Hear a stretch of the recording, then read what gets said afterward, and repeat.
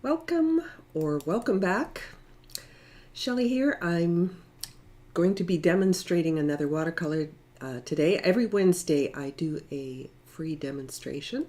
If you are new here, be sure and mention where you're from in the chat and we'll get going here. So let me just get this up and we will get rolling. Okay, so I'm looking here at a reference image that I took in Portugal when I was there a couple of weeks ago, and I really loved this urban scene. I did, as it happens, I wasn't traveling with the other painters, so I really couldn't just sort of camp out somewhere and paint, as I would have liked to have. But had I, that's kind of the approach that I want to share with you today. So. This image, when I'm looking at it, has a lot going on. We've got the streetcar, we've got the people, we've got buildings with multiple windows, we've got a lamppost, and the tracks and everything. So, there's a lot going on here. And of course, what happens in our heads when we're looking at something like this is that, it's overwhelming. There's too much. I can't paint this all, especially if you are live somewhere and you're trying to paint something and, you've got a very, very tight time frame, right? So that's what I wanted to kind of cover in this exercise today, because learning to speed up our watercolors and letting go of some of that sort of extreme draftsmanship that we would put into something in our studio is something that you just can't afford to do when you're on location, or if you're just sketching, right? So, and sketching, I guess, is the key word here today. I'm not doing a painting, I'm doing a sketch. All right, and the difference being that, this one's sort of fast and dirty, and I'm not really intending to turn this into a finished painting or anything else. I want to just break it down to its basic elements and really start to dissect it and then reconstruct it in simpler terms. So let's talk about, first of all, what I'm going to be using. I am working on Arches 140-pound cold press paper, which is what I almost always use. I'm going to be using just a standard pencil, nothing fancy. It's just a number 2.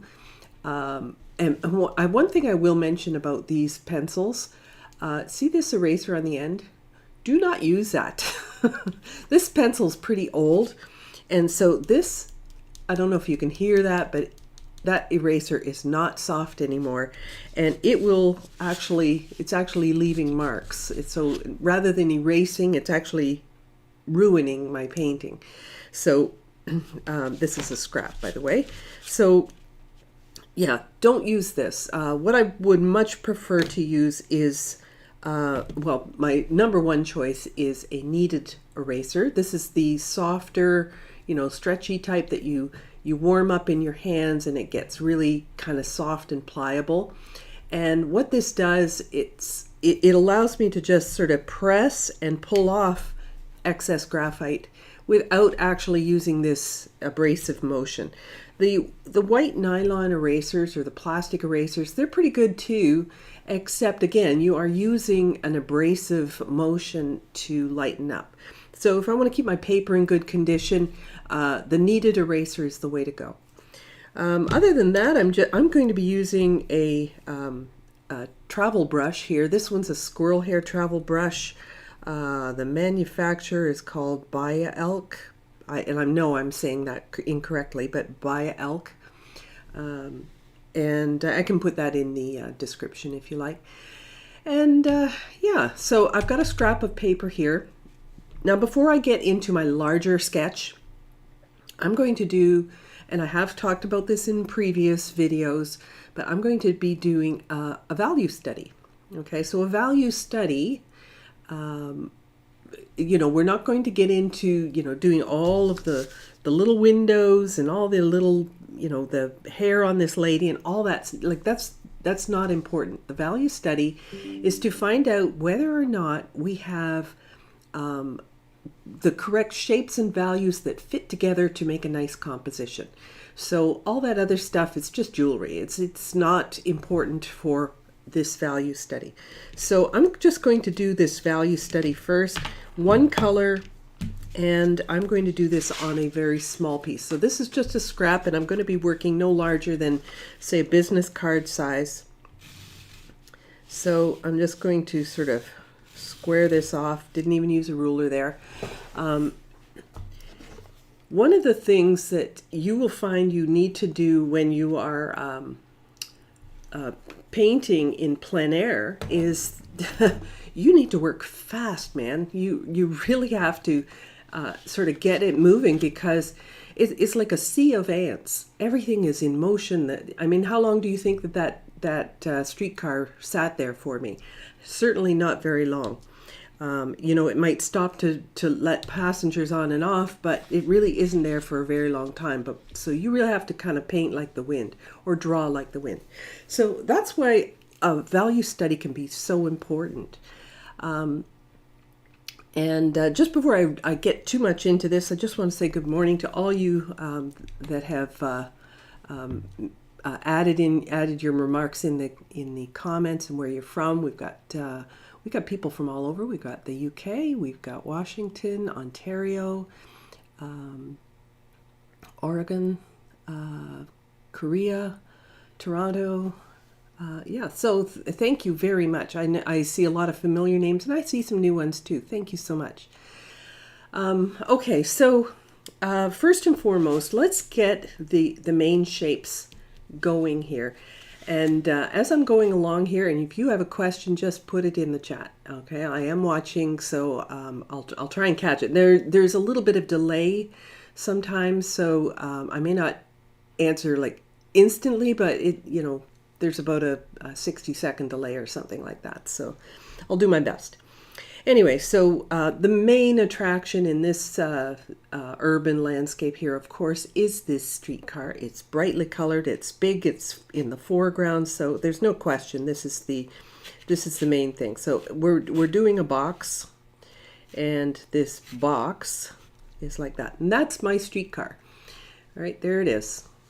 Then we've got a building on the right-hand side, and it doesn't go off the top of the paper, it goes off the side, but really close to that corner. So I'm going to come in here and make a box, and then another box, and another box, and then there's a whole tree here. And let's do this, the stuff in the background here. So we've got buildings that are back here, and they've got kind of lines that go across. It's actually two buildings, so I'll break this up. And you can see I'm really not working on, trying to make it look like a building or trying to make it look like a streetcar or anything like that. I'm really keeping it down to the basic shapes. Now, I think I'd probably like to do a bit of editing on this. I'm not sure I'm thrilled with the placement of the figures, and I certainly don't want this, the tail end of this vehicle that was driving by. All right, so we've got the lead-in lines. These are so important. These lead-in lines where the tracks for the streetcar are. That kind of draws us right into our main subject here. So let me see here. So over here we've got a lamppost. Comes across, and we've got this is like a tuk-tuk. I don't know if you're familiar with tuk-tuks in Portugal and various other countries in Europe, but they're like little vehicles that they take tourists around and things like that. So I'm just going to put in a box there for that. And now I need to figure out a placement for my figures. I don't mind that these ladies are kind of center, but I think I'd like to move them back a little bit from the streetcar, and I'm just going to put very basic, and I think I'd like to have them looking more like they're walking. I got them kind of with their legs sort of straight up and down, so I'm just going to do something like this, and I'll leave those other people off. Okay, so that's it for my rough drawing. Now I'm going to get my paints out here, and for this I'm going to use Payne's Gray. So I'm just some Payne's Gray, and I'm going to use a mid value. All right, so a mid value means I've got, you know, some water in it. It's not too watery, but it's also not really dark. So get that mixed in, and this is this brush size I'm using is a number 10, just so you can see it's pretty big, but it has a good point on it. So I'm going to squint my eyes, and I'm looking at my reference picture here. Now, what I see might be a little different than what you see, and what I mean by that is that, you know, I'm thinking in terms of values. And as I talked about in my previous videos about doing value studies and thumbnails, you know, you need to group together different values. I'm not going to use 9 values for this value study. I'm just going to try and use 3 if I can. So I'm going to squint my eyes, and I see all of this as one value. Let's get this a little wetter here. Okay, and I'm going to paint all of the sky, and oh, maybe the roof too. Yeah, this roof, definitely the tree.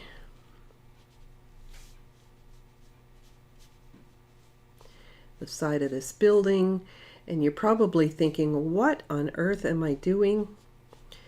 But it's breaking it down into just 3 values. So I'm grouping together all of this stuff, and when I do this, it's not going to look like much. I've got a shadow across the building here. It's really not going to look like much, but when we tie it all together, it will make a little more sense. There's a shadow that goes underneath the streetcar here, a little shadow that goes on these lines, and a little bit more shadow back in here. Okay, so we have the lamppost.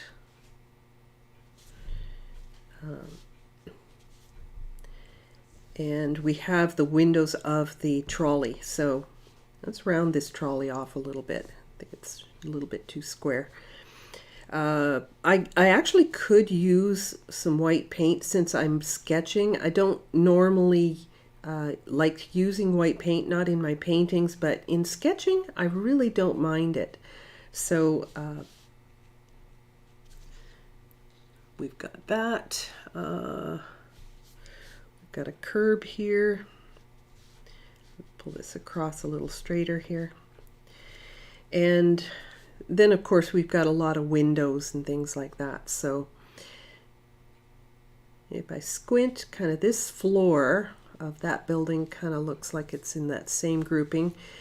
And I'm just going to put a few windows across here. 1, 2, 3.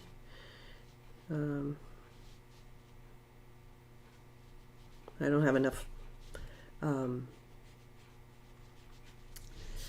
don't think I have enough windows or levels on my building there, but it really won't matter for this demo. Okay, so now that doesn't really look like much. It certainly doesn't look like the painting or like the photo. So the next phase, however, is where it's going to tie together, and this is why so often you see you're going to hear repeatedly from different artists, don't get hung up on the details. The details come last. The details come last. And you're going to hear that like a broken record. And you'll hear it from me too, because it really isn't that important to have a lot of detail on this. Now I just want to make sure this is dry before I go on to the darkest darks. So I'm just going to quickly speed this up with my handy dandy heat tool here. And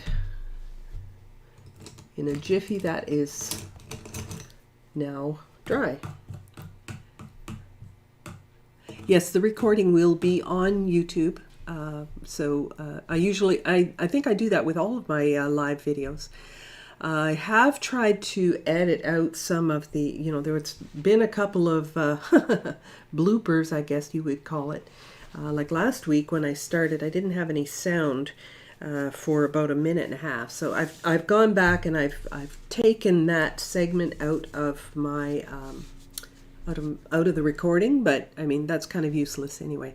I was just talking. So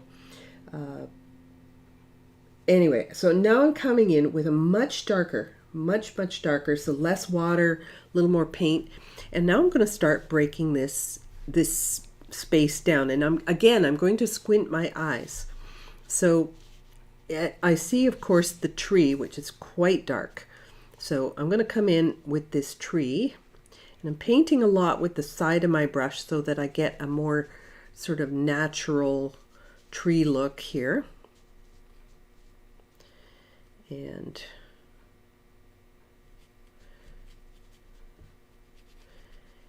but like I said, I'm not making a mini masterpiece here. All I'm doing is I'm blocking in major shapes.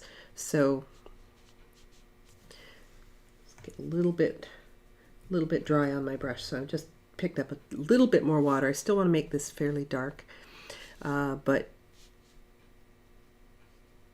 I'm going to imply some of the windows, another roof level, some more windows, and another roof line. And now on the tops of some of these buildings, there are some shadows. So I'm going to just look at the shadows. So you'll notice that what I'm not doing is I'm not painting a whole building, or I'm not painting a whole streetcar or anything. I'm just looking, where are those dark shadows? I'm just painting shapes and values. Shapes and values is all I'm looking at here. All right, so didn't do the best placement of some of this, but it's okay. It's just for this, so I can definitely do a better job with my drawing on the next one. I'm trying to get this, sort of fast and dirty out of the way. And light post, kind of a fancy light post. They had this really neat sort of ship and scroll work on this thing. Okay, I'm not going to get into that detail. I'm just going to scribble a little bit in there and imply the light post there. Yeah, so again, I'm looking, there's some dormers. So the dormers have like a little shadow on the side of it. So I'm not even painting the dormers. I'm only painting the shadow. Weird, huh? So it's amazing if you sort of change your thinking from, individual details to major shapes and values like this, that you can see whether or not your composition is going to work. It will really tell you whether or not this is a good choice to paint, and spend the next hour or so working on. So I'm just painting in a couple of little things.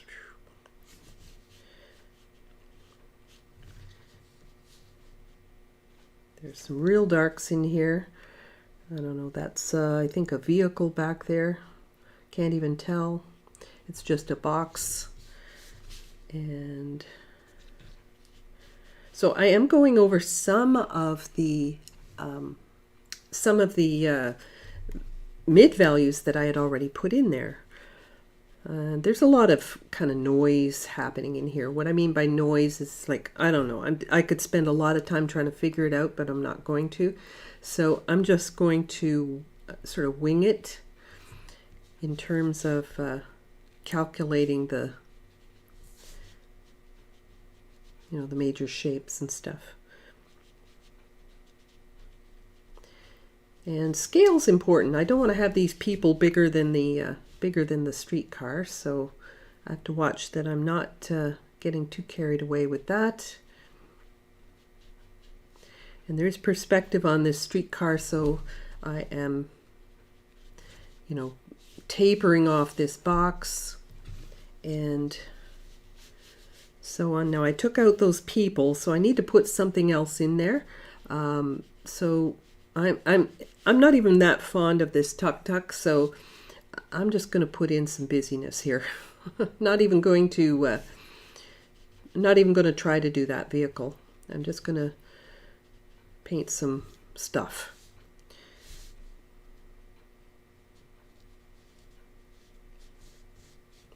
All right, so that's my thumbnail. Definitely could be a little bit more polished. I could put my windows in the side here. Of course, the door. Yeah, so that's good enough for a thumbnail. All right, so I like the placement of things. I like the fact that I've got a few light areas in there against the dark, and that's really making my center of interest pop out. But the one thing I noticed that in this thumbnail is I really should have grouped the road, this road, in the same value as the sky and the building here. So I'm going to come back and I'm going to do that.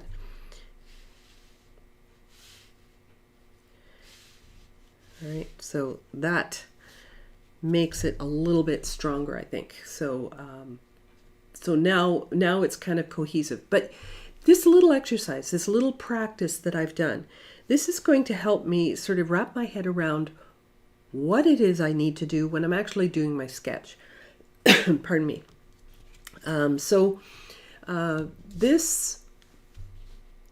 This is like a little dry run. Didn't take me long. I don't know, how long was that? A couple of minutes? 5-10 minutes or something like that, maybe 10. I think it was a worthwhile investment of time to do that. I don't want to get hung up on detail there, but so I like it. I think I'm going to go ahead with this. I like this edit that I did here. I found that this was a little bit too almost distracting. A lot of this sort of light and dark contrast here. So I'm just suggesting some more. I picked up some green there somehow. I'm just suggesting some more mid values in here and kind of toning that down a little bit. Pardon 1 second. Just needed to cough. Sorry. Okay, so I'm glad with that. I'm going to switch over now to my drawing. Now let's see if I can whip something up in a very short amount of time here. So I'm going to try, and I'm not always that successful, but I'm going to try to see if I can get this done quickly. And not just because I'm doing a live demo, but because if I were sitting here, if I were in this city setting, how long do you think that sun is going to stay put so that I can get all of this done? Of course, it's not going to. So you do need to work quickly. And the whole exercise of working quickly is, it trains you. It trains you to be more economical with your choices of what to work on. So you don't sort of get sidetracked into details early on in your painting. Thank you, Lindsay. We've got Hungary, we've got North Carolina, England. I love seeing where everybody's from. Thank you so much for adding that into the chat.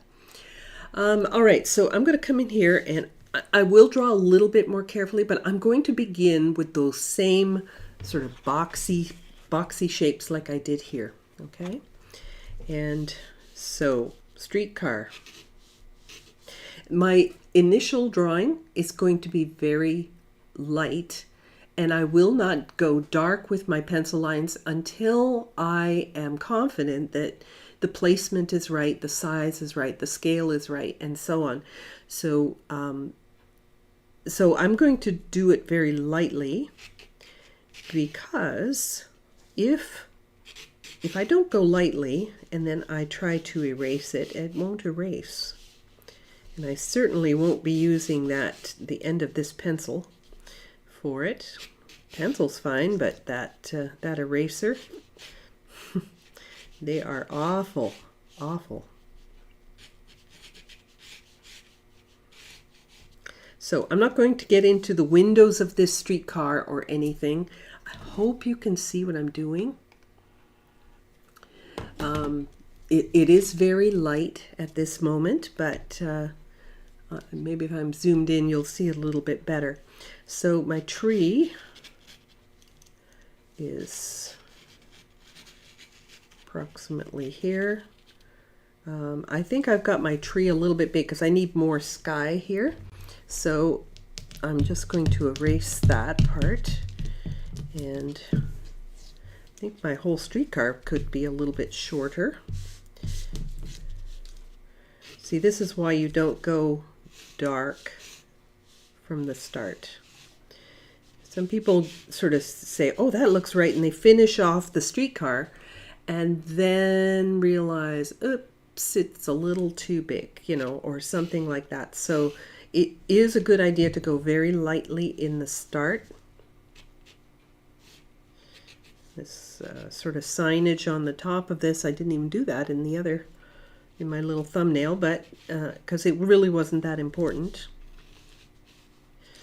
But I'm going to put my tree in now, and we are looking at something more like that. Okay, and shadow comes across this in this direction.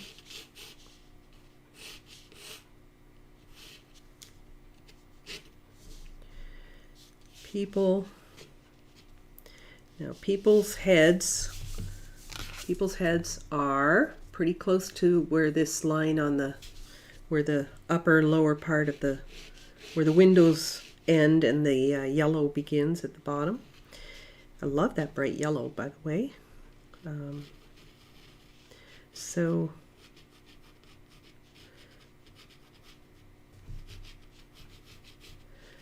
nice looking person, huh?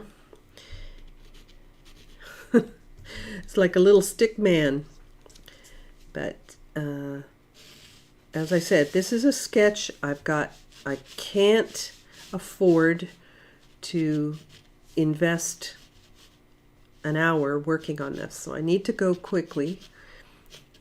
And when you first start painting this way or sketching this way with watercolor, your initial thought is, oh, this looks awful.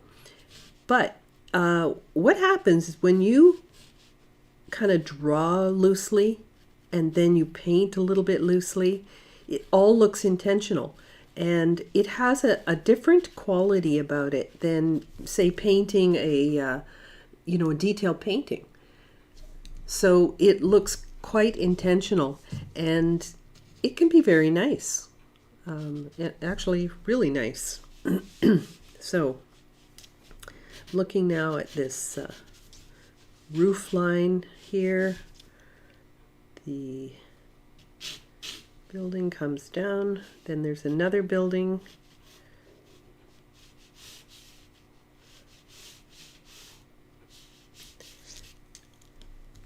And the building on the right, let's get this one up there.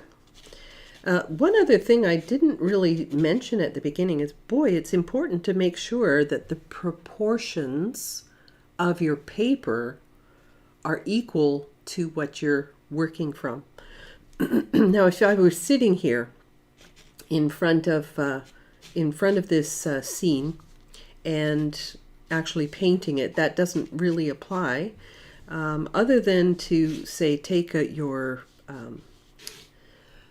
what do you call it? Oh, the viewfinder, you know, that little square, actually I could grab that and show you, but there's a little square boxy thing with a sliding wheel or sliding window that goes up and down, and you can actually resize to frame your work as you're sitting there. So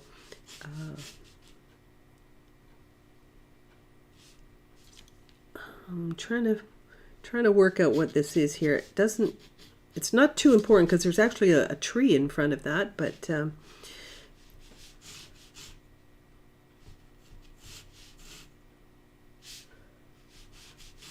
get the right number of floors here this time. 2, and then 1 about here. And as I'm doing this, okay, so I'm looking this level here, where does it line up with my streetcar here? So I've actually got it. It's this one here, I think. Nope, this one. It has to come to the top of my streetcar. So either the streetcar has to get moved down or that has to be moved up, or maybe a little bit of both. But it's definitely above these ladies' heads. Okay, so really rough, isn't it? I'm not investing a lot into the sketching part of this. You can see it's pretty rough. Now I'm going to start sort of refining this drawing, so I can start to sort of tighten up, as long as I know that the proportions are right. You know, the placement of things is pretty much the way I want it. Then I think I'm pretty good to go. Right, and my little curb here. I don't really need anything here. I suppose there's a curb here where these ladies have walked onto the street. And then there's a lot of noise and stuff. But now I'm going to start to tighten up this drawing now. Right, so I just added in this curb and in this curb, but I'm going to start to tighten up a little bit of what's in the foreground. Honestly, what's in the background is not going to be that important, but the foreground will be. So I want to get the right numbers here.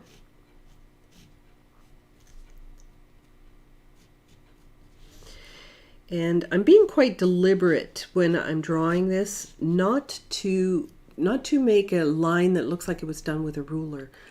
If I start drawing that way, and this is really a very key part of this, but if you start drawing and making it look too perfect, so for example, if I take this line and I go like this, all of a sudden I've given it too much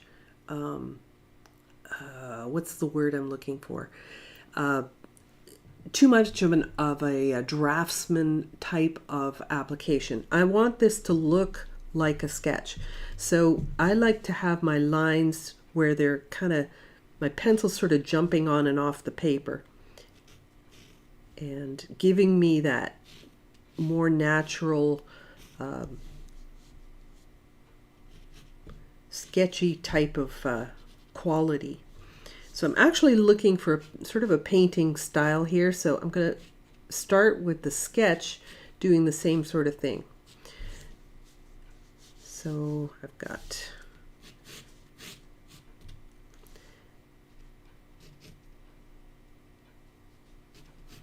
and I'm seeing a little bit more now, and I could actually take, you know, quite a bit of time with this. But if I were sitting here, I really can't, because the sun is moving, the people are moving, the streetcar's moving. I don't have a chance to do that. The one thing that is really great about doing this thumbnail is that if all those people move, if the streetcar's gone and the light starts to change, I still have this. This only took me a couple of minutes, and I still have this. So even if the light starts changing, I've got something to, like a backup. I can use what I have in my value study to actually complete my painting. So not only does it sort of help you do a dry run and all of that, but it will definitely help you if the conditions change, and trust me, they will. So I am sort of counting, but I'm not going to be too nutso about all of this. I want to get a little bit more structure in my building. So even though my lines are sketchy, I am trying to make sure that they're kind of like straight up and down, that they are actually, not making my perspective too wonky.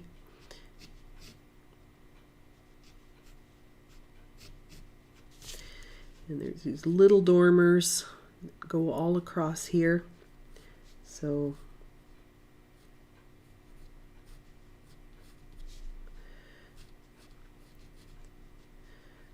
I've got to watch my time. It's an interesting exercise I've done with some of my classes where you actually set a timer and you give them a project to do, and you say,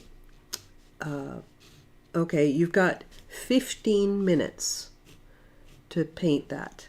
And you'd be surprised how much you can get done in 15 minutes when the clock's ticking. It's you feel the pressure at first, and then it's kind of like, oh, I kind of like how that looks, that looseness. Like I said, it really makes you choose the most important things in your painting, because you have to be economical about it. You cannot dawdle if you are on a time limit.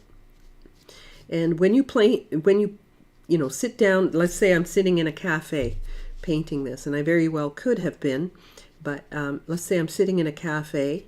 I may have all afternoon to paint it. However, the streetcar's not going to stay, the light's not going to stay. It's all going to change so fast. I'm going to move this up a bit because I can see I've actually got a little bit too much space there. 3 skinny windows, 3 small windows. Don't even need to finish them. And 3 more windows.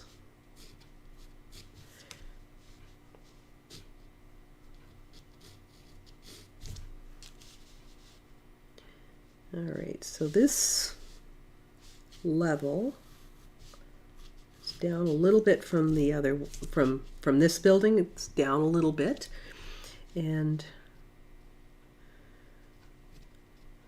these are pretty much directly underneath the dormers, but they are a little bit wider, so not too much.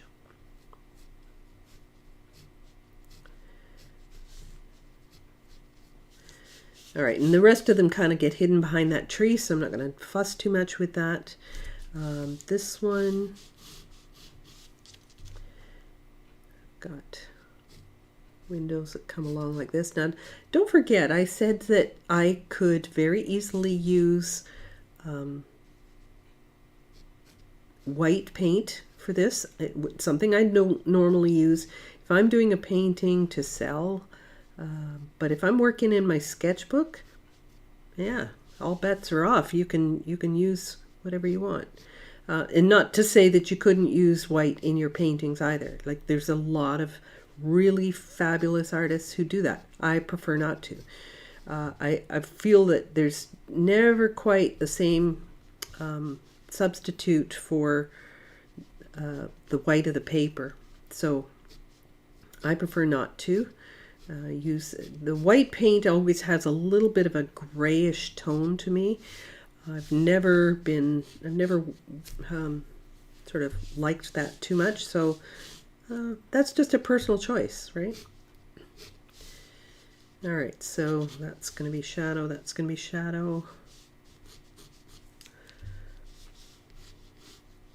This looks like it's a clock or something here. I'm going to do that.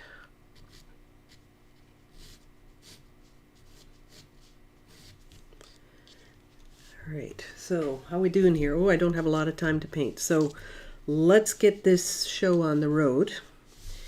I'm going to do some of the painting, some of my drawing with paint, put it that way. I'm going to speed things up a little bit.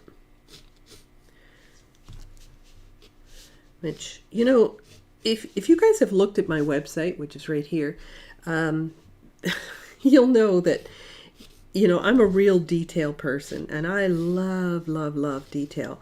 I love to sketch as well, but I'm not as fast at it because I usually take a lot of time with my paintings. But I do exercise my drawing skills and do try to work on sketching faster, sketching looser, because I realize that that's what makes my head, like, you know, my mindset, changes my mindset so that I'm actually breaking it down to the most important elements. And so, you know, if you're looking at a painting, you really don't know how to approach it because, oh gosh, there's so much involved, then you might consider practicing this. Just take a busy scene and see how you can simplify it. And we can break this down into much fewer steps. I could have drawn this all out beforehand, but I really wanted you to see the drawing process because I think that's a really important part of it. Okay, you still with me? All right.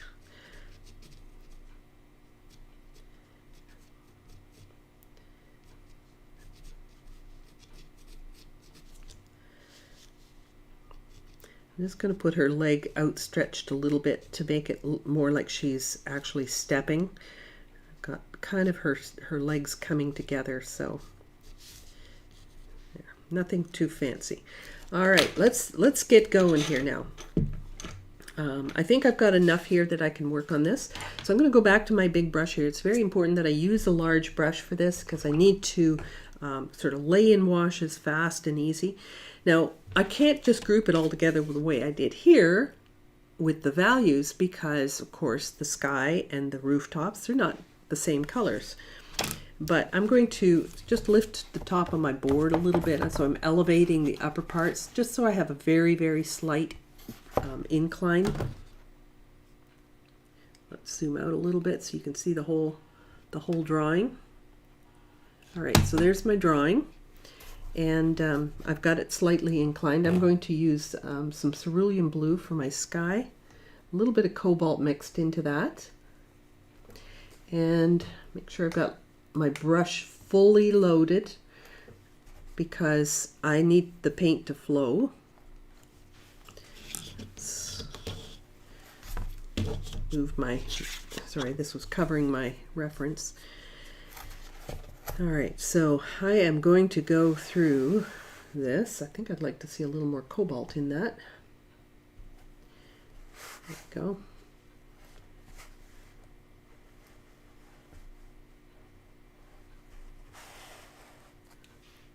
So I'm going right through the lamp post and all of that, but having done the value study to begin with, that actually is helping me in determining what it is I need to focus on in terms of grouping together things. So if I have another color of this building here, for example, on the right, and I need to get that in there, I don't really have to wait for this to dry before I add that in. Can't see too much what's happening there, but because a lot of that's going to get hidden by the tree. But these lines here, these are the ones that I need to get a little bit light. Let's get this all wet. I don't work on an incline too much, but it does help the paint flow. So flow downward, that is. And if it flows downward, I will get a more even wash. But wow, do I have to work fast. Okay, so coming in here around these shapes. Now I do want to sort of do these shapes nice and tidy if I can.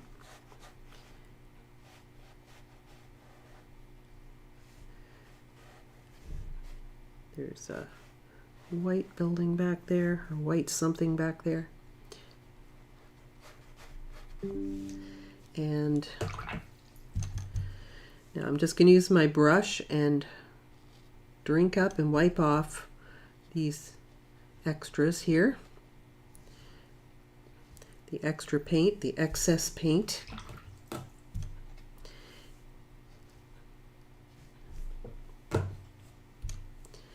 And now my building on the right, it's more gray than you think.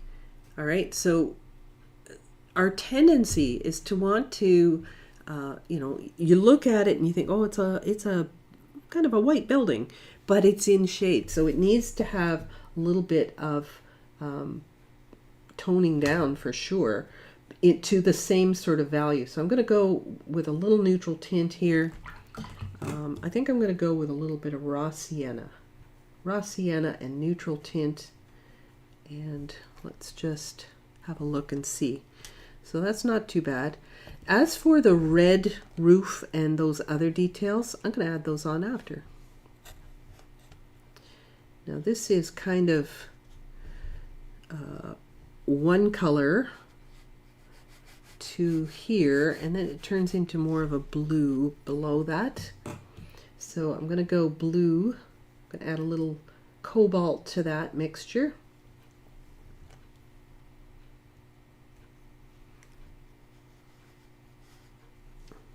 And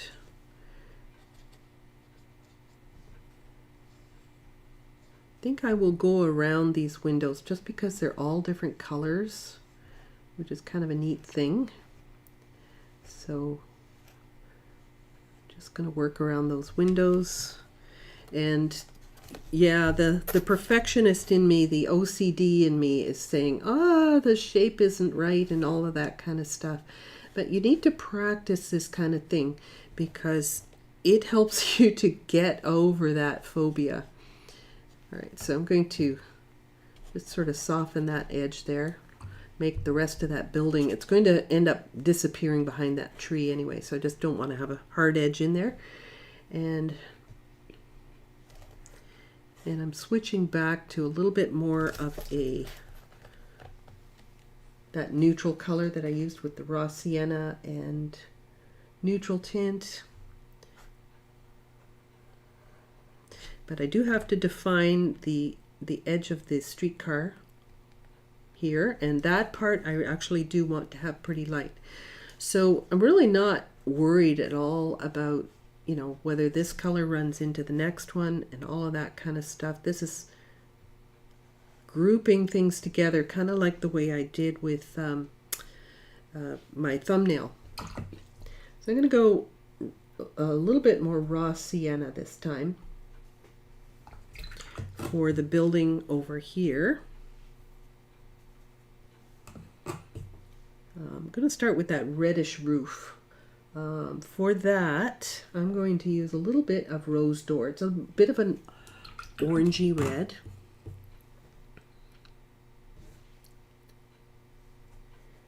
Orangey red, but I don't want to use it straight out of the well here.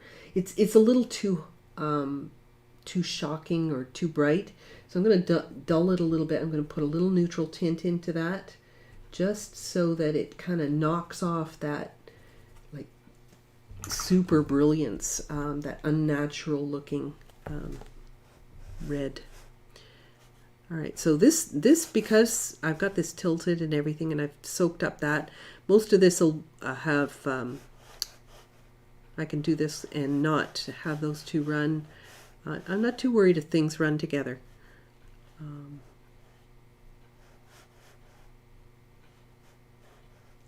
See, I have a little bit of blue running into there. That's okay. Get over it. when you're doing something like this, you almost have to have this, okay, this mentality that this is okay. It's going to be a scrap of paper. It's going to be a throwaway, and just kind of take that approach to it, because if you get too precious about it, you're going to slow down. If you slow down, wow, you are going to be in trouble, because you are going to run out of time, guaranteed. So I'm working around my windows here a little bit. But if I can't manage it, like if I'm doing these windows, it's like, I'm running out of time, then I'm not going to worry, because I've got white paint. I'll put it in sloppy. Same with my raw sienna here. It's a little too much, so I just put a little bit of, just a little bit of the neutral tint. I love that color. Neutral tint's an awesome color. So putting this in here. And remember, at this stage, so many people are like freaking out because this stage always looks kind of ugly. It doesn't look like anything, right? Now, one thing I do want to have here is a transition. I'm going to go into some of this blue and come across, and I'm going to have this transition as it comes down. So I'm leaving off, look at all that detail I'm leaving off there. I'm really just working on the big blocks, much like I did with my value study, right? I'm just trying to sort out what needs my attention. Not everything needs my attention.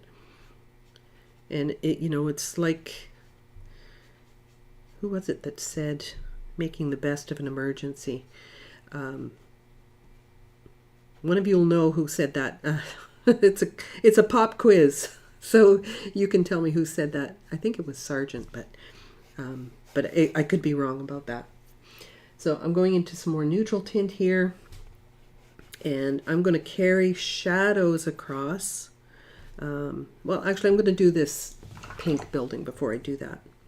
So the pink building, it's not very pink really. It's kind of a peachy color. So if I take a little bit of my raw sienna and I put it into that red, I will end up with a peachy color. And I'm really going to water it down because it's very light. And I think I will use some white paint for putting the accents on this building, because I don't know if I can do this fast. I mean, I could slow this down, but I don't think I can do it this fast and worry about going around windows. So I'm going to take this right into the ladies as well. This coloring kind of matches them. And yeah, there is actually some gray in here. There's a big dark shadow. I'm going to add that on top, much like I did with my thumbnail. Yeah, embracing the happy accidents. That's exactly right, Karen. I have to laugh because somebody told me recently that my voice is like the female version of Bob Ross, which kind of amused the heck out of me, but yeah, oh well. So I'm bringing this right across, and I'm going underneath my streetcar. Let's get a little more. This is neutral tint I'm using, and I'm going to take this right across the front of the streetcar. Kind of peeking under my arm here. I know I'm holding the board up, but I want to take this color here. I'm going to use that for my foreground. A little bit more pink in it, I think.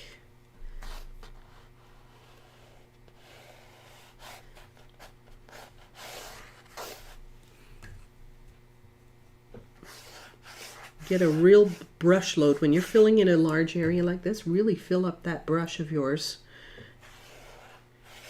Unless you actually like brush marks. That's the way to do it. Okay.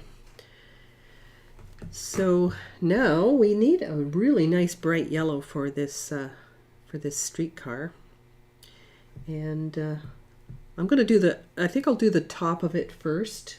And you notice I've kind of ignored the tree for now. I know that that's going to end up being on there, but it's going to be really dark, so not too worried about it.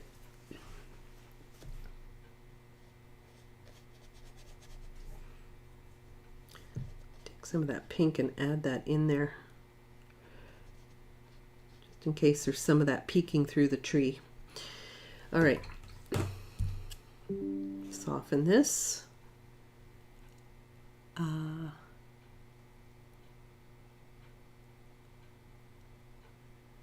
It is a beautiful fall day.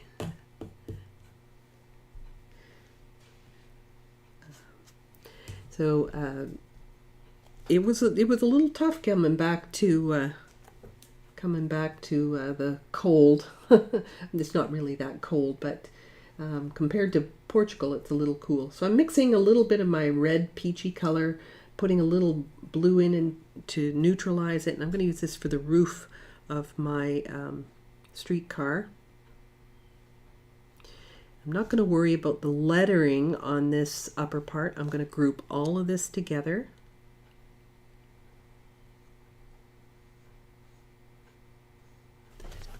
Oof, don't have much time left.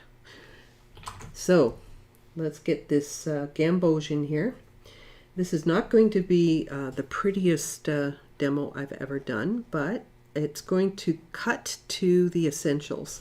This yellow here it's too bright, isn't it? It's like, wow, that whole side of the streetcar looks like it's in sunshine. So I'm going to go a little bit of Quin Gold here for the side of this instead of the gamboge, which is what I've grabbed at first.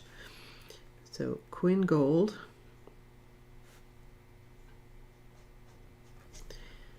And let's just come right across this. I'm not going to worry about the street lamp, or the streetcar lamp, I should say. I could just paint around that.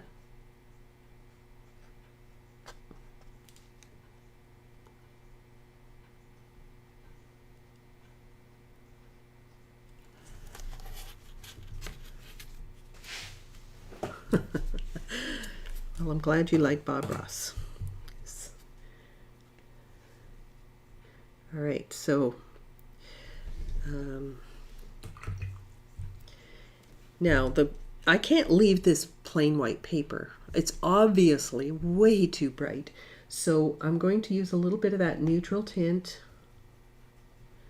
And and I've laid my paper flat, by the way, now. And I'm just going to tone down the side of this. And you might look at this and go, wow, that's a little too dark. But it actually won't be. In the end, you think something is dark until you actually, until it dries and you actually put some darks on there, then you realize, oh, that wasn't really that dark. But there are there's a little bit of shadow happening as the rounded part of this streetcar is here. So I'm going to soften this edge a little bit, just to make that look a little bit rounded. Now I'm going to come over and put more on this, and definitely make it start to look a little bit more like something. But I want to get some of the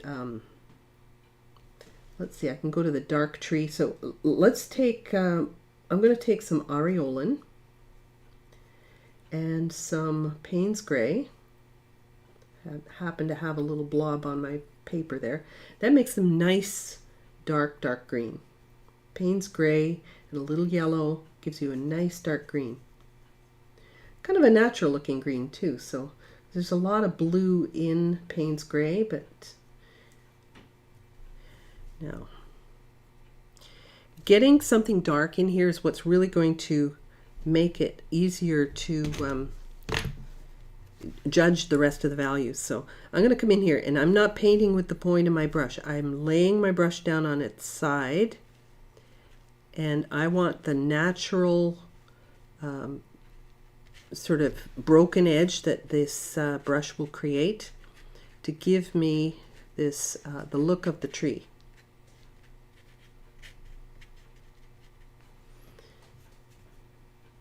Just taking my paper towel here and just giving it a quick blot, and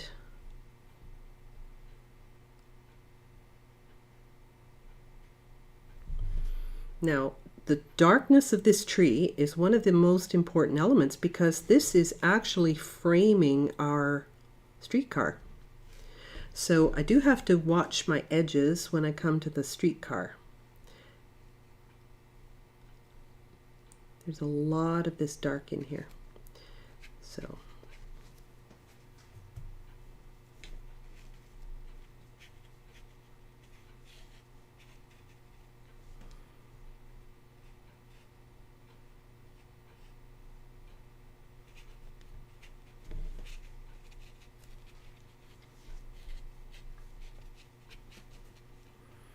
and some tree trunks. Let's just go neutral tint here. I don't have time to, I've got to speed things up here, so I don't have time to stop and fuss and do a lot of stuff, so I'm going to get very sort of sketchy in here. Remember, I might be very well working on a time limit, and time is running quickly. Neutral tint again. I'm going to go to a smaller brush. This one's a number 6 neutral tint, and just going to indicate some of the windows on the side of the streetcar here and the door.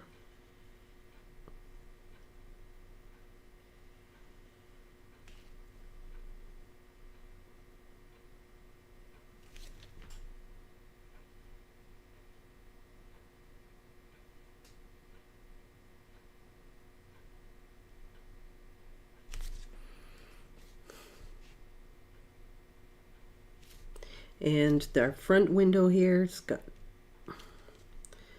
quite a dark, it's dark inside of the streetcar.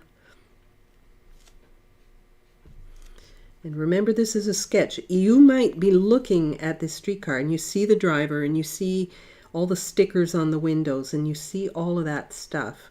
Well, okay, but you can add that in your free time, but now is not the time. When you're actually sitting there and drawing this and painting this, you can't do it. You just are not going to have enough time. And is the stickers in the window a deal breaker?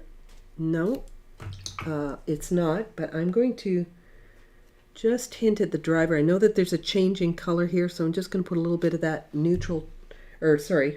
raw sienna into this, and show that there's a little change there. And back to my neutral tint, get that in there.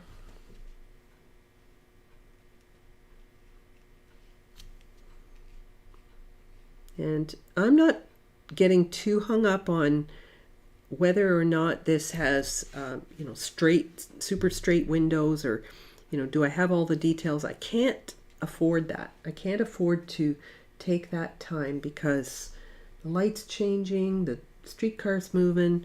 I gotta move fast. So let's go a little thinner and get a few shadows on here. I'm going to dilute it a little bit so that I can get something a little bit more gentle. Okay, so the side of this.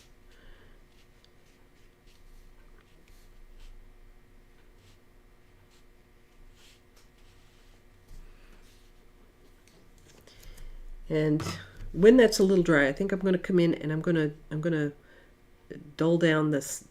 Well, actually, I can do it now. I can just use a little bit of neutral tint on the side of this, just to show that this half of the streetcar is in shadow. Should have done that a little bit more warm, I think. But move on, upward and onward. So going to take a little bit of the neutral tint again, and I'm going to indicate, let's get this lamppost in here. Long stroke because it's you know, straight, so I'm moving my whole arm. I kind of lock my hand and pull straight down. Whenever you have a long straight line like that, use your arm. Get your arm into it instead of your wrist.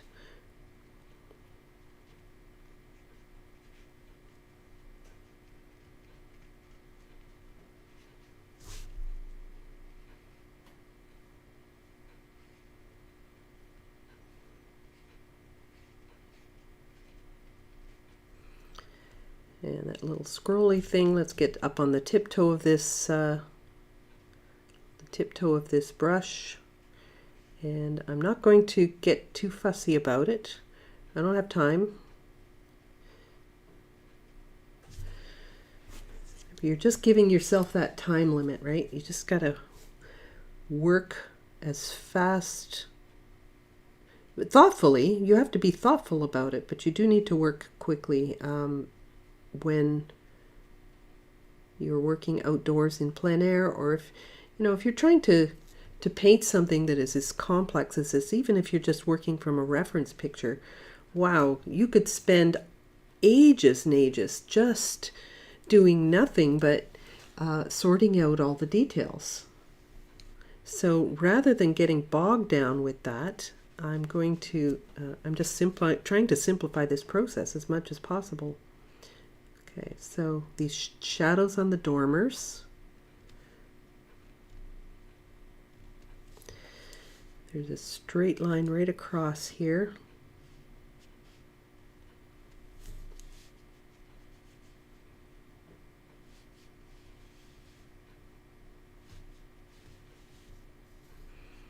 Another one up here, shadow. Littler shadow on this building.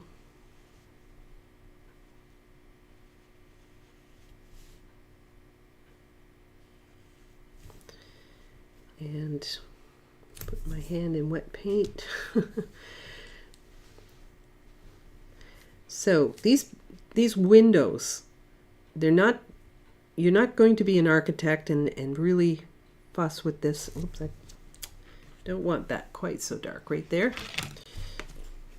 Blot that off. So these windows are going to be just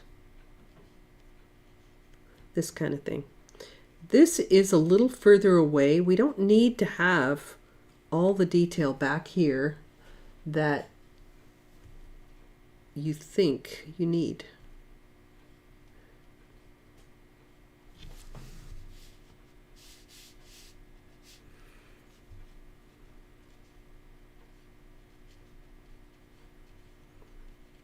And again, we've got these windows, and there's like a lot of stuff happening in here, and I don't know what it is, all of it. It's gets a little bit busy.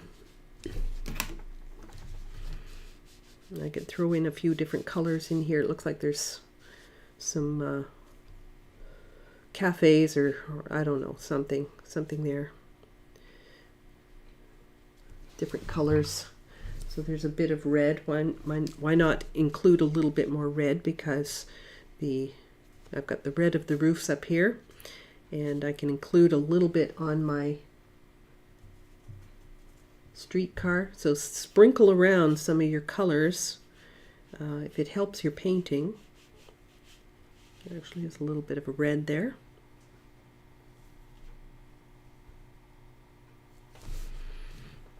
And red on the front of this grill on the front. I think they used to call those cow pushers.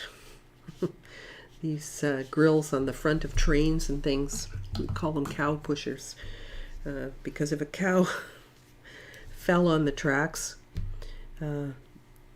guess it could damage the train, so they put these cow pushers on the front of the train.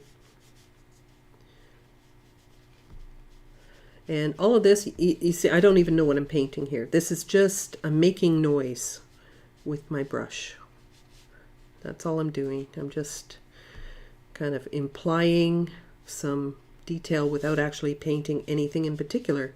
I have removed these people, so I'm just inventing a little bit here to simplify my process. And let's get a few more windows in. I've got these dormers again, so I've got to have these extra darks.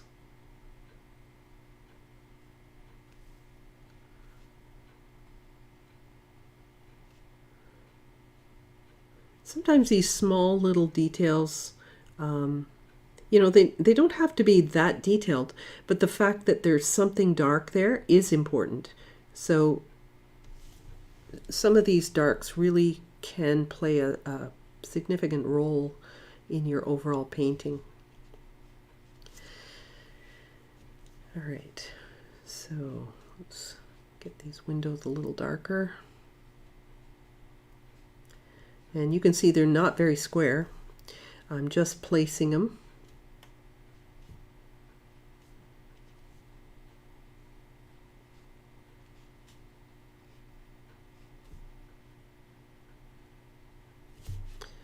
Peeking out from that tree. Okay, so this next series of windows is one across and two down. Kind of makes like a T in the middle. Good enough.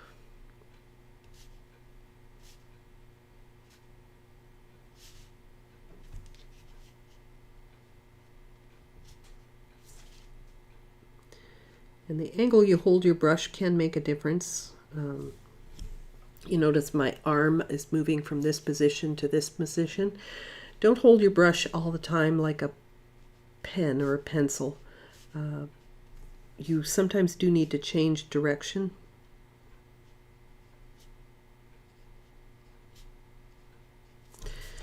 All right, so that gives the impression of those windows. Let's get these ones back here.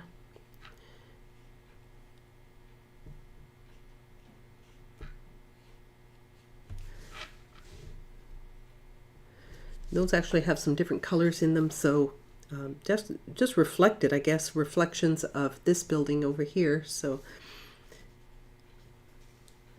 now my people.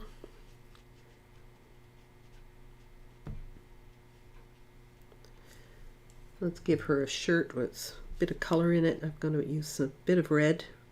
And I really don't mind at all if some of the colors run. So if I switch to blue for her shorts, for example, I won't go bright blue, I'll add a little bit of neutral tint to it. No, it's not a Rosemary and Company brush. This is a, this one's called Baya Elk.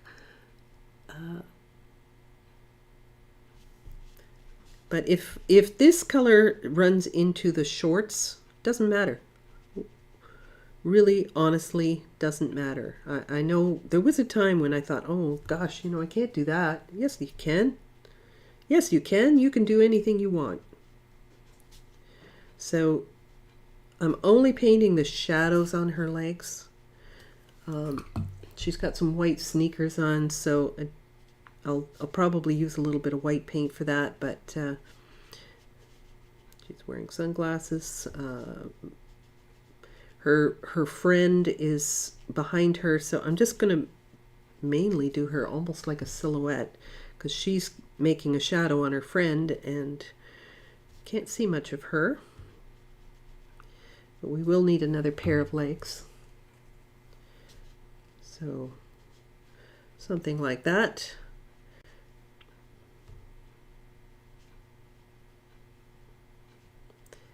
Let's give her some hair color. It's fine for now. I'm going to go more neutral tint and create a little bit more noise Well, I missed my mark, didn't I? I went past 11 o'clock, but press on. Let's keep on going.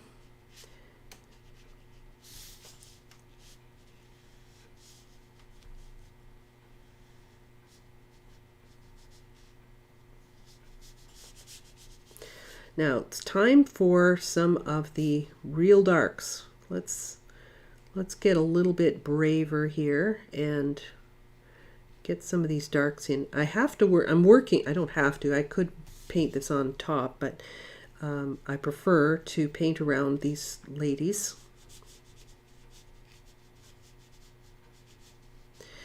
And bring this shadow across.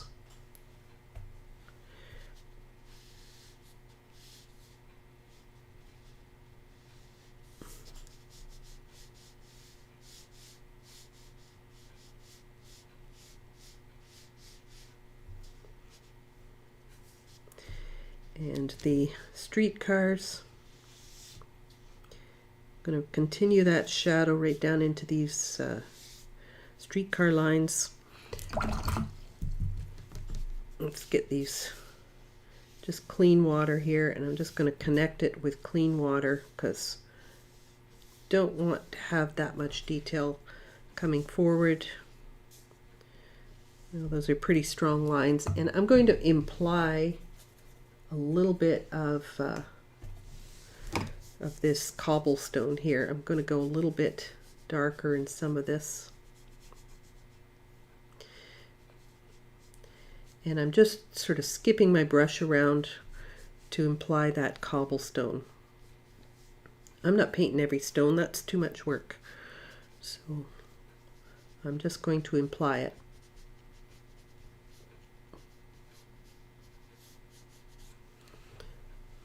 Let's get some more darks in here. So when I get to this stage, if I can't do any more on location, oh heck, I can do the rest on my own. I think, you know, between my thumbnail and this and a photograph, I could definitely finish this up. And I often would do that in a still life, or not a still life, but a plein air setting, because, well, you do get faster at this as you go along, but let's face it, we're all going to start somewhere. So I just want to get a little bit of these blue windows on here, and then I want to maybe add a few touches with white just to show you how this is going to play out in terms of the finishing touches. So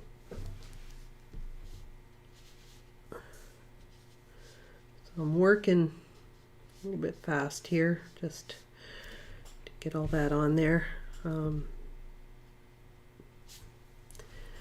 Let's put more values in here, just because this is all just very light in value. We need to have a few darks. If we want to imply that there's a lot of sun, we need to have strong shadows. So we're going to indicate that with some good dark colors in here. And that angle of the sun will make a difference too, in terms of you know, which direction the shadows fall. There's some greens. Let's get some more greens in here, because we've got the green of that tree, but there's actually some other greens in here.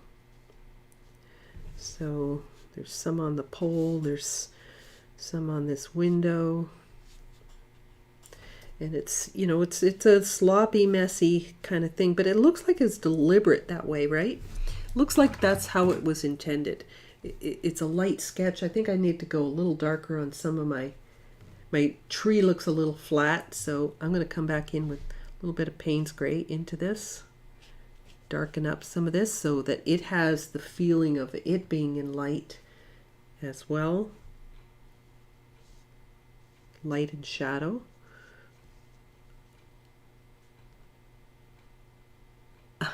Thanks. Thanks, Diana.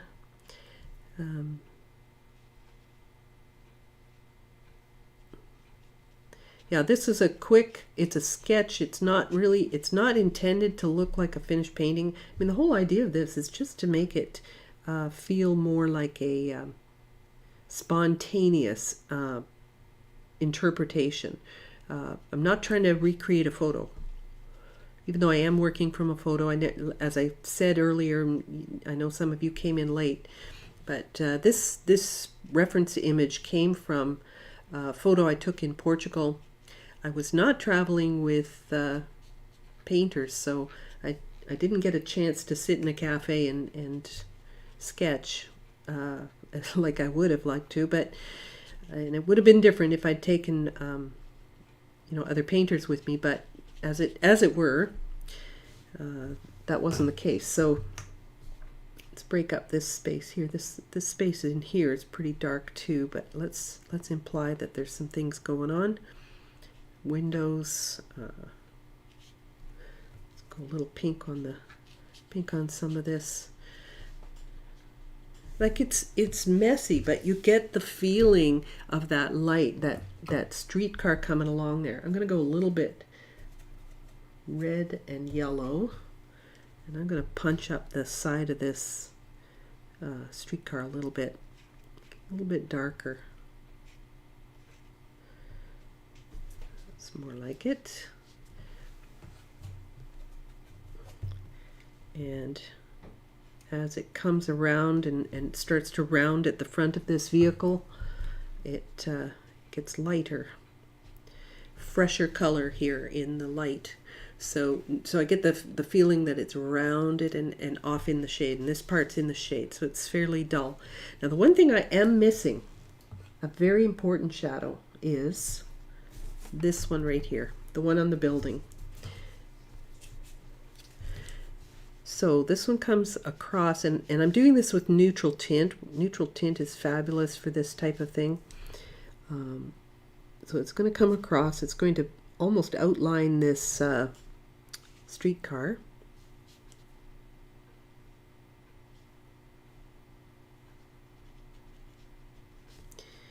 And pretty much everything here, and this is where the ladies will start to pop out too.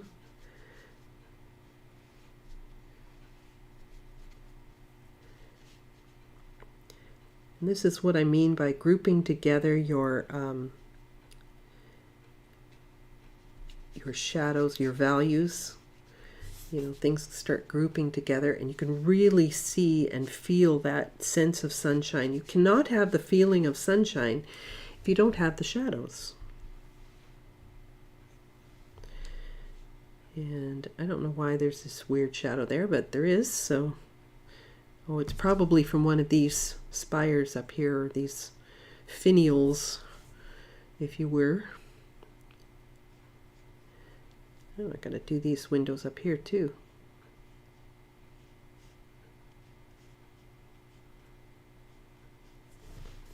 You can always keep finding more to do, but that's going to be it for that. And then I'm going to just grab a little white and see if there's a few little accents that I can pop in. The actual painting process, it's actually been less than an hour.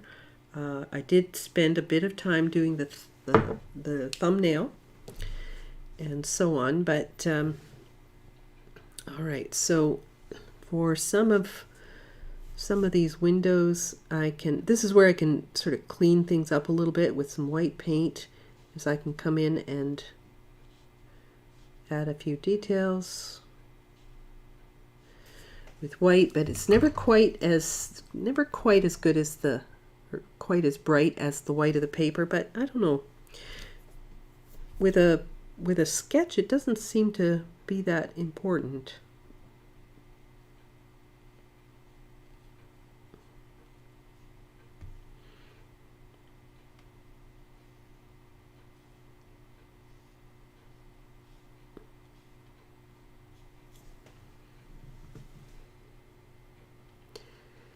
Now you're going to probably see other artists, and some of them are going to be a little bit more refined than this. Some of them are going to be looser than this. You know, I'm kind of hitting the middle here, I think, with this, and in terms of, you know, how detailed I'm going. But going back to some of that neutral tint because I forgot to do the other window.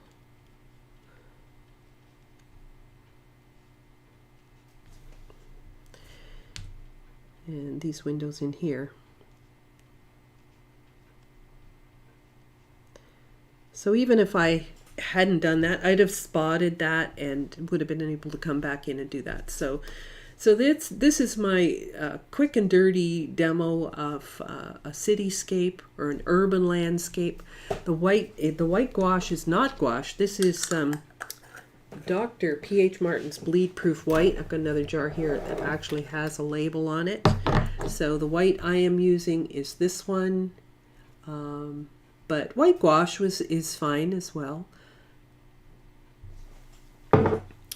And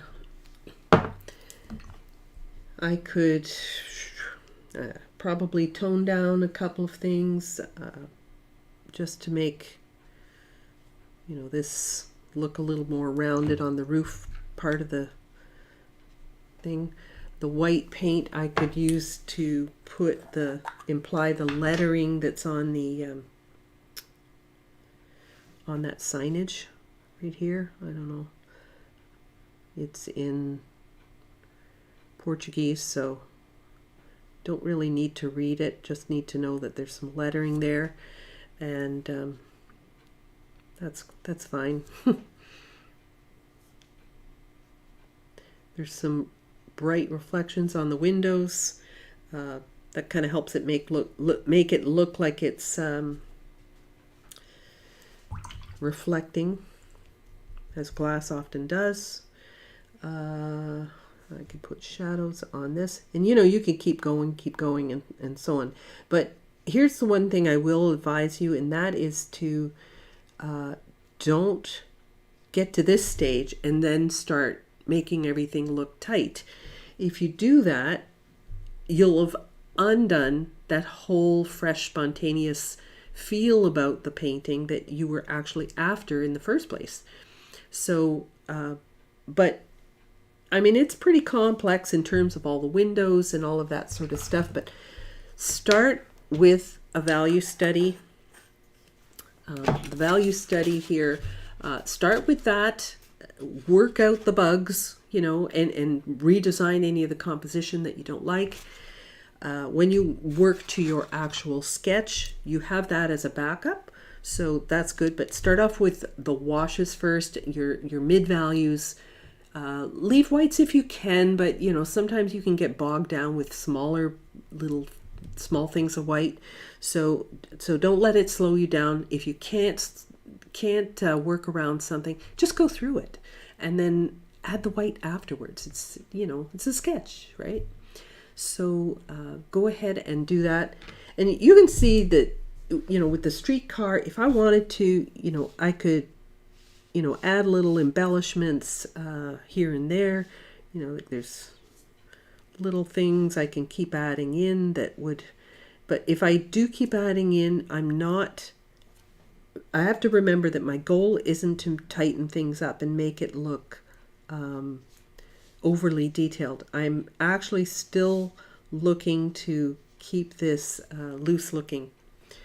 So, you know, I can add little things in, but not in a tight manner. That's, I guess, the key thing that I'm after here is don't add it in a tight manner, because if you do, it will kind of defeat the whole purpose.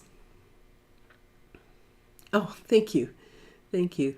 You know, I used to hate these. I used to hate doing these little thumbnails or value studies. And now I find them so, and pardon the pun, but I find them very valuable, you know, in the actual painting process. So, 63. Thank you. Thank you, Irina. Yeah, it's great. Yeah, so some of you have probably I don't know how you found me, whether it was on Instagram or if it's on Facebook. I'm on all of those things, so you can find me there too. And so I could just darken a few values, make those ladies look like they're more in the sun and that sort of thing. And even though you can't even tell what's happening in here, it doesn't seem to matter. But yeah. So that'll be it for today. Thank you so much, and I guess I'll share that on. I'll post this on Facebook, and you can you can pull it apart. I didn't put my little curb in here. Let's put my little curb in here, and my little curb in here. I guess this one wouldn't be in shadow, would it? Because it's actually on the in the sun, but but there you go. So thank you again for joining me. If I will just make sure I haven't missed any of the questions, and I don't think I have. Yeah. Anyway, so I'll put the name of these brushes in there. I know somebody asked earlier, so I can zoom in. So you can actually, why don't I zoom in? You can take a screenshot. That's what I'm using. Baya Elk. Take a screenshot and you'll have that in there. Baya Elk. And I know there's a better way of pronouncing that. and actually, as I'm zoomed in there, you look at the messiness of this. Look at these windows. And it doesn't seem to matter because everything's done with that same looseness. I think that's kind of key and makes a big difference, right? Be consistent in your style throughout your painting, and it will look very intentional and deliberate, right? So don't worry too much about perfectionism. It's highly overrated, says the woman who paints everything realistically. But I do that that's a matter of preference. It doesn't necessarily make a better painting. It makes more detailed painting. So trying to add a darker line in here. I could go on forever, but this would have a shadow, right? If it's in sun, that would have a shadow. So I'm putting that there, and I'm quitting now. So thanks again. Take care, everybody. Have a great week. Don't forget, if you can like or subscribe, any of those good things, and it helps me out. Thanks, and we'll see you next time. Bye.